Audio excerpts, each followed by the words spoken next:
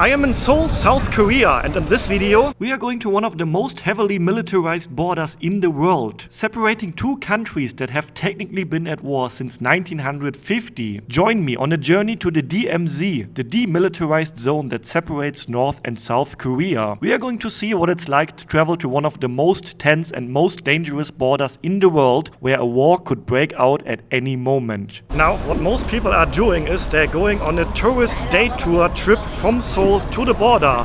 Yes, that's what you can do. You can join a tour. They put you in a bus together with 50 other tourists, and then they drive you to the border. You have a tour guide. They show you around, you take some pictures, and then you return to Seoul. Now, that is not really the experience that I would like to have. So I am actually going to stay in a village or small little town near the border and then go explore the border as much as I can on my own. So the first step now is to actually get to the town. I am somewhere in the city center of Seoul. So we're going to take the metro now to the outskirts. Now the problem here in Seoul is that the metro stations are not really suitcase friendly. So you see there's no escalator here, so I have to carry my suitcase, but that shouldn't be a problem. And then I think it's going to be about an hour journey, but I'm actually not sure yet which line to take. So we have to figure that out. And also the place where I want to go to, I'm not sure how big it is. If it's a small town or just a village. The hotel options there are quite limited, to be honest. Ticket vending and card reload device. English. So we are heading north. North of Seoul is where you can find the border with North Korea. Gyeongchon. Probably my pronunciation is very wrong. Oh man, so many stations here, that is overwhelming. Gyeongchon, here it is. Which that is not the last stop at the border. There's also a stop that is closer to the border, but that is the stop where I will spend the night. Okay, and here's the ticket. I should have looked which line I need to take. I think it's the green line. Okay, I am a bit lost now. I'm not sure if this is the right line, because I don't see any station name that is in my direction. We do have some station names here, which I can't read. Okay, I need to find a map to figure out which direction I need to go. Oh wow, this is a bit overwhelming. So many lines here. No, I don't think this is the right one. Okay, according to Naver app, which is like the Google Maps of Korea, I need to go on the green line, get on at Hongik University Station. That's where I am at the moment. Looks like a green line, right? Same as the color I see there, but I don't see the station on the map. Excuse me, do you speak English? I want to go to this station. Gyeongchon. Do you know which line? It's okay, you can go on your train. Okay, thank you. They tried to help, but now they're catching their train. Okay, nobody seems to know where I have to go. There must be some staff. Maybe I'm going to take the escalator back up again and ask for help up there. Okay, I'm pretty sure now that I need to go on this green line, which seems to be a bit brighter than the green that I see here. So let's see if I can follow the path. I think it is up here. Okay, no escalator again. What's going on here? Why is everyone taking a picture of the screen? Something seems to be popular here. I'm not sure what's going on. Seoul International Garden Show. Okay, interesting. By the way, the station here is huge.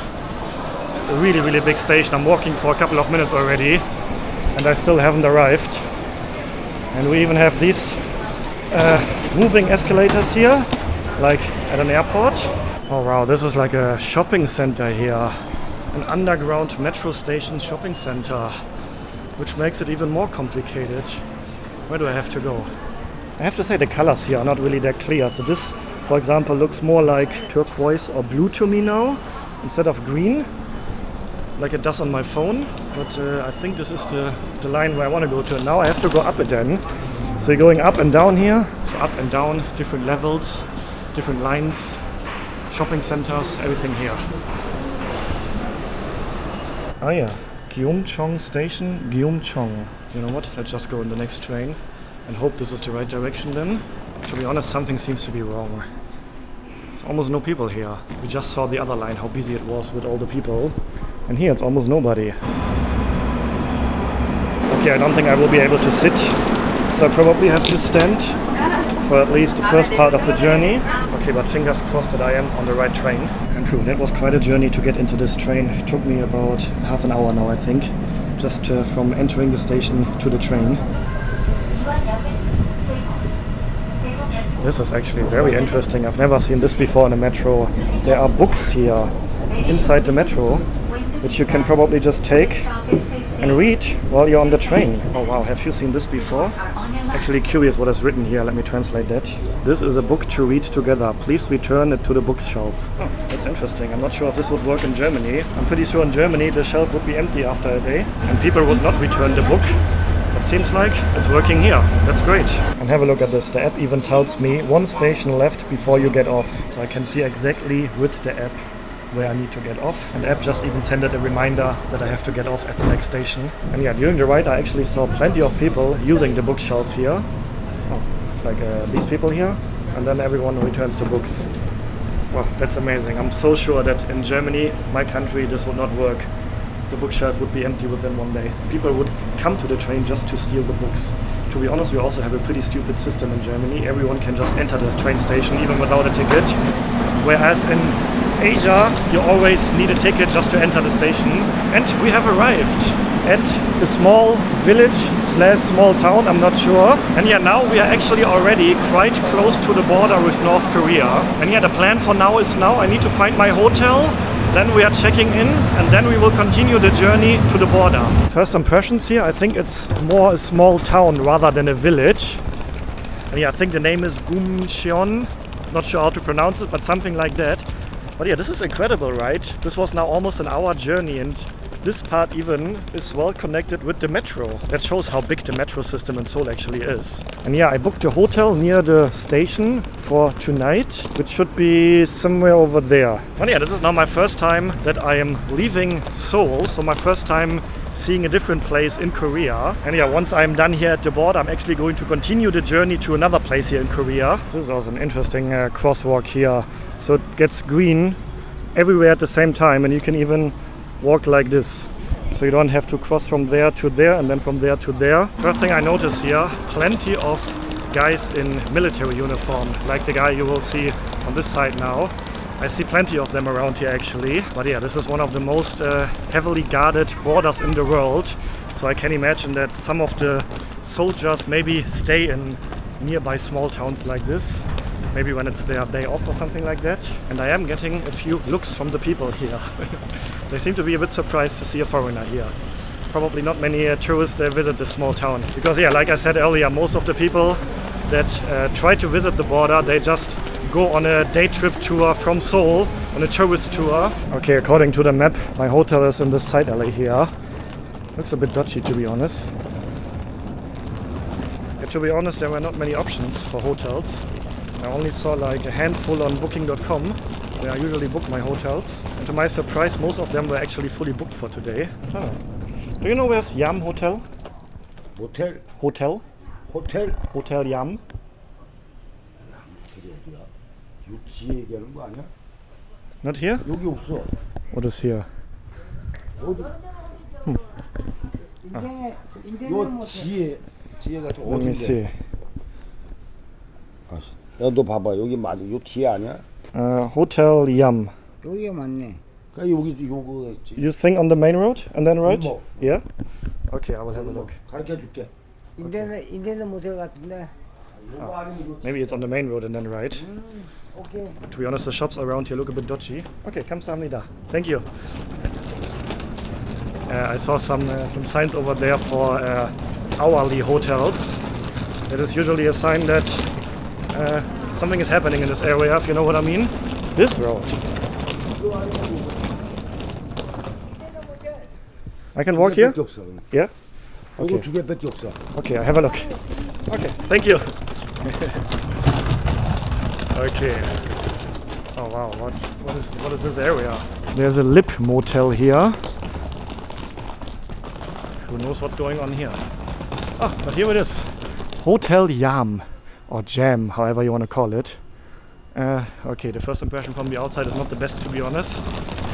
But let's see what a small town Korea hotel will look like. I'm paying around $70 here for the night. To be honest, I'm wondering what type of hotel this is, because we can't even look inside, right? There's no window or anything here. To be honest, that is not a good impression.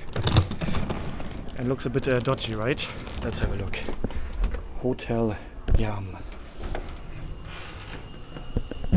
Oh, it is a bit dodgy. I see it right away.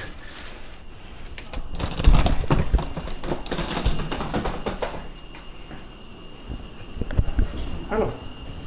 예약하셨어요? Hotel Yam. 네. Okay, I have a booking for one night. 2 floor 9. Second floor, number 9. Okay. Oh, I don't need. I have my own. 폼 클렌징 no? What is this? 폼 클렌저. Ah, cleanser. Oh, I don't need. I have. 오케이. Oh, I think they even have a condom here. Yeah. Condom? 예. Oh, 면도? what is this? 면도. Ah, for shaving. I don't need. No. Okay, to be honest, I think this is a hourly hotel. They have condoms and magazines at the reception. And yeah, the whole area, I saw plenty of signs for hourly hotels. I didn't know that, to be honest, when I booked the place. It looks like a proper decent hotel on booking.com. Let's hope the room will be clean at least. Please, I hope there is more light than this, because this is a really dark room. Let me first figure out the light situation. Oh no, that was even less light. Ah. Okay, there's literally zero view. Even the windows are like blocked, so nobody can actually see anything. Okay, this is a bit of a dodgy hotel, but yeah, I'm only here for a night because I want to go to the border. This hotel is near the border. But yeah, we have a bed here. I hope not too many dirty things happened on this bed. Then a little table, 2 chairs. There's even a computer here. This is interesting. Why is there a computer here? Oh, the bed is actually very soft. Very soft. Oh, okay. But why is there a computer here? Also, what happened here on the table? I'm really wondering what people are doing here, to be honest. How's the bathroom like? To be honest, actually it looks kind of clean. Okay, clean, I would say. But to be honest, the reviews on Google and on booking.com don't say anything about this being a love hotel. But okay, I'm only here for a night. Let's continue the journey to the border. Okay, in order to reach the border, we actually have to go back to the metro station. And then I think it's another 2 or 3 stations to the final station, which is right at the border.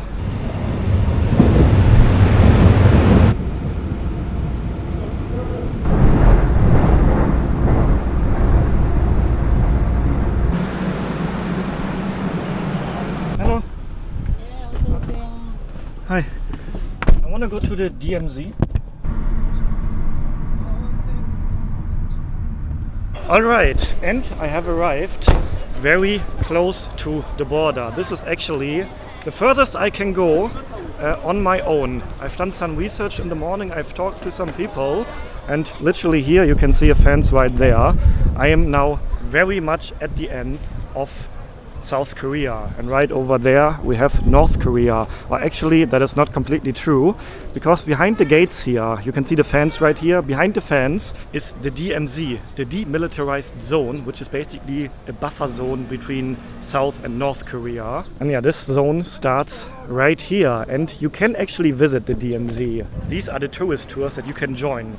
So according to my research now, you can't enter the DMZ on your own, so you have to join a tour group. So I took the train again for another 2 or 3 stations, and then that was the last station, and I took a taxi for like 10 minutes only, but I told my taxi driver to drive me to a place where I can buy tickets for these tours.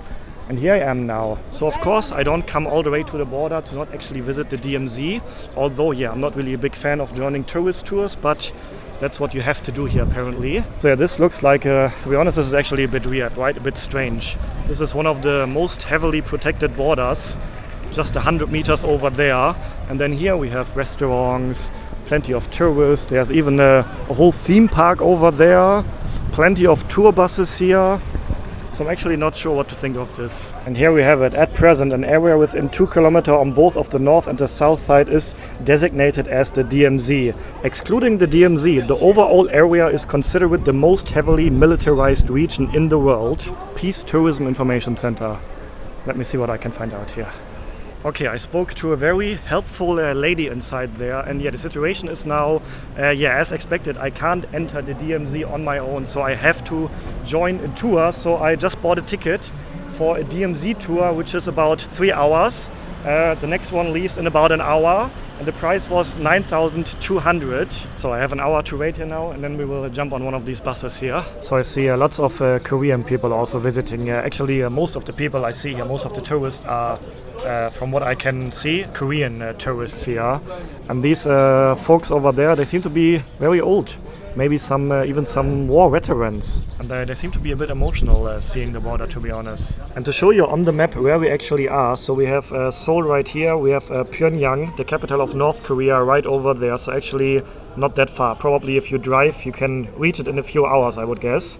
And I am right here now, so the official borderline is right here, but actually right behind the river, or between the river and between this line, that's the DMZ, and then here is where official North Korea starts, which it's just literally just a few hundred meters over there now. We actually had a very similar situation in my home country, in Germany. Germany was also divided into two parts. We had East and West Germany. It was divided after the Second World War, same as Korea actually. Korea also got divided after the Second World War. The northern part was controlled by the Soviets and the southern part by the USA. Very similar in Germany as well. The eastern part was controlled by the Soviets and the western part of Germany was controlled by the Allies, mainly UK and the USA. So the history of my country and Korea is actually very similar. And in Germany it was also the case, the people of East Germany were not allowed to leave the country unless very few exceptions. And maybe you have heard about the Berlin Wall before. Berlin was literally cut into two pieces, and they separated both pieces with a wall so that people cannot just move over and escape Eastern Germany. But yeah, in Germany then luckily we got reunified. That happened 2 years before I was born actually, in 89. So Germany was divided for about 40 years in total, and then we unified again and became one country. So I would actually be curious, if you're from Korea, I know this maybe is a sensitive topic, but I would be curious to hear your thoughts. Do Korean people actually would like both countries to reunify? Is that something that you would like to happen? Because in Germany it was always the case that the people actually wanted reunification. It was just because of politics that it took quite a while to actually happen. So I'm actually wondering if the Korean people here actually think the same. There are also shelters here, which I assume are shelters for any bombings that can happen. Technically at any time. There has never been a peace agreement made between South and North Korea, so technically these two countries are still at war. There's just an agreement at the moment not to attack each other, but you know, if tensions rise, if things go wrong, such agreements might not mean anything anymore tomorrow, so you never know. And I think that's the reason why you have plenty of shelters here actually. To be honest, I also saw these shelter signs in many areas around Seoul, where I have explored in my previous videos. Maybe you saw them. For example, at almost every metro station in Seoul, you also see a sign that this can also be used as a shelter. Yep. Number 8. Okay, seat number 8. I do think I am the only foreigner on this tour. Everyone on the line here seems to be local. Okay, so the total length of the tour will be 3 hours. And I think we have 3 different stops inside the DMZ. Okay, we are basically leaving South Korea now and driving into the DMZ. And then I'm not sure how long we're actually driving. I would guess only maybe 10 minutes or so. And yeah, the bridge we are crossing now has checkpoints. So you can't just drive over the bridge, obviously. So I think we're making a stop now at what looks to me like a military checkpoint. So we're here for a few minutes already now. I think the soldiers are checking the list. When I bought the ticket, I had to put my name and my passport number, etc. into a list. So I think every passenger on the bus is on the list now, and I think they're just checking the list here. And yeah, many army vehicles all around, and there's like a proper gate. And now we're actually entering the bridge and passing the bridge into the DMZ. This is located within the DMZ and the northernmost observatory in the south, where you can see North Korea closest at hand. Propaganda village and farmland of North Korea are spread just ahead, and some city area of Kaesong. Okay, and we're at the first stop, an observation station from where we can have a look into North Korea actually. And here we are, the observation area, which I'm not sure if we can actually see something right now because the weather is very cloudy. It's also raining a little bit. Over there, this literally is North Korea. We have the end of the DMZ line right behind this building actually. And then everything that we can see right over there, that is North Korea. And we have binoculars here. So what I can see from here, there are some houses, some farms, I think, farmland, looks like rice fields down there. Let's see. Oh, it's a bit difficult. I think I need a bigger one, I'm too tall for this one. Ah, here we go. We have one in my size.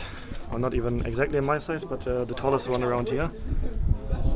Okay, to be honest, it is a bit weird. Like, imagine you're living over there. And this is your house or your farmland, and you're being observed every day by tourists. It's like in a zoo, right? So it is a bit of a weird tourist attraction, I would say. Just standing here and observing. I can't see people at the moment, but I see houses down there, so I would imagine that some people actually live down there. And it looks like a farm area over there. And yeah, one of the houses actually has a car parked in front of it. It's a silver car. Looks pretty new to me. Yeah, weird place, I have to say. Just looking at someone's house, like it's a zoo. We can't forget, despite all the politics, it's just people living there. There's a hall here that looks similar, like a cinema, with a view into North Korea. So we can sit here, the window is right open, and just enjoy the view into North Korea. Okay, on the way back to the bus now, and to be honest, it is a bit sad. It feels sad to see a country just being divided like this. And I'm coming from a country that has also been divided for like half a century, although that was before I was born. But my parents, my grandparents, they all know the times when Germany was divided as well, and I heard all the stories. So for me personally, it feels a bit sad to see a country just being divided, families being separated. So as someone who comes from a country that has the same history, I just hope that both Koreans will be reunited one day again. Once again, if you're from Korea, I would be happy to hear your opinion, if that is actually something that the people in Korea would also like to see. And actually there's a sentence written on it, which was also in English: end of separation, beginning of unification. That sounds pretty good, right? But yeah, the next stop is actually going to be a very interesting one. We're going to visit some tunnels that North Korea was digging to actually enter South Korea secretly. The third tunnel was discovered at the point of just 52 kilometers away from Seoul, in the administrative district of Paju in 1978. The tunnel is 1,635 meters in length.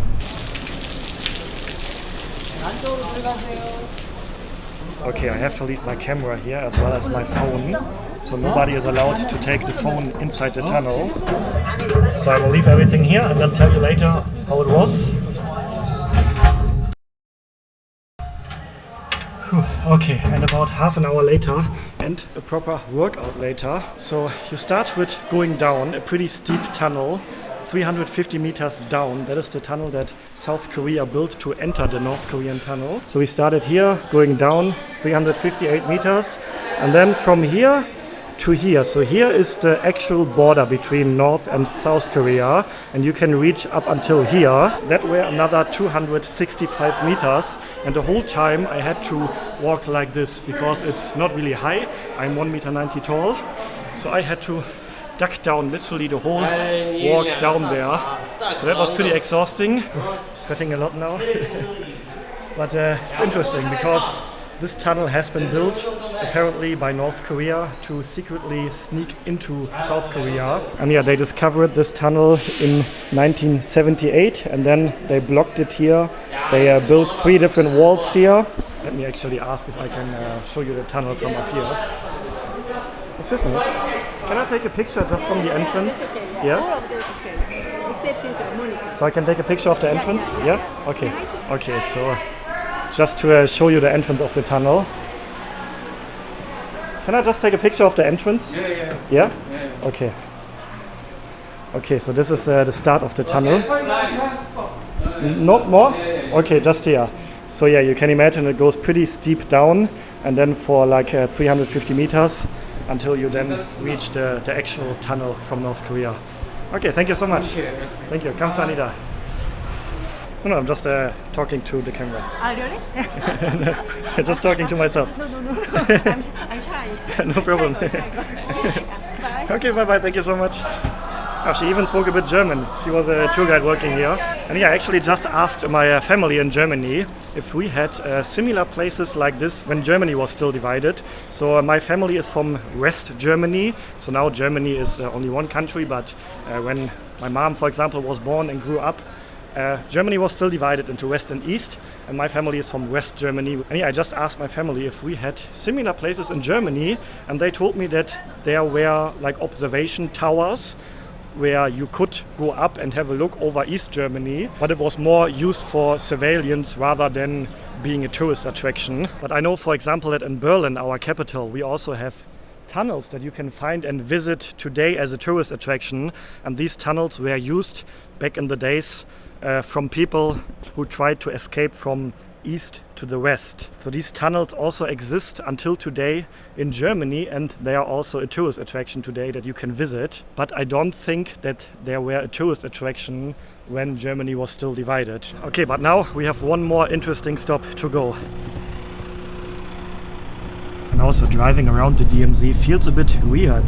We have proper big roads here, so it's not a rural atmosphere, although the area around here is pretty rural. We have rice fields, a lot of rice fields actually here, but you don't really feel like you're in the countryside because the roads are very wide and proper maintained. So it feels a bit like driving around in a ghost city because there's literally no other cars here. You just see another tour bus here and there. And yeah, the last and final stop of the tour is basically just visiting a souvenir shop where you can buy all kinds of souvenirs, hats, everything with DMZ written on it, umbrellas, military hats. You can even find DMZ honey here, which is interesting. So they have a lot of things just branded with DMZ on it. Also here, this is rice, DMZ rice. You can even buy DMZ wire here. To be honest, I can imagine though that the rice is actually grown here because I see many rice fields around the DMZ. So I can imagine that this rice is actually from here. Okay, overall, yeah, I'm not quite sure how my feelings are, what I've seen today. It was interesting, but also a weird tour. Visiting a border like this, looking into another country as if it's a zoo. A bit weird, I have to say, but at the same time also very interesting. In the next video I'm going to travel then to another city in Korea, so that is going to be very interesting as well. And if you haven't seen my previous video where I tried lots of street food here in Seoul, then feel free to check it out right here. Stay healthy, stay positive, and then see you on the next episode. Ciao guys!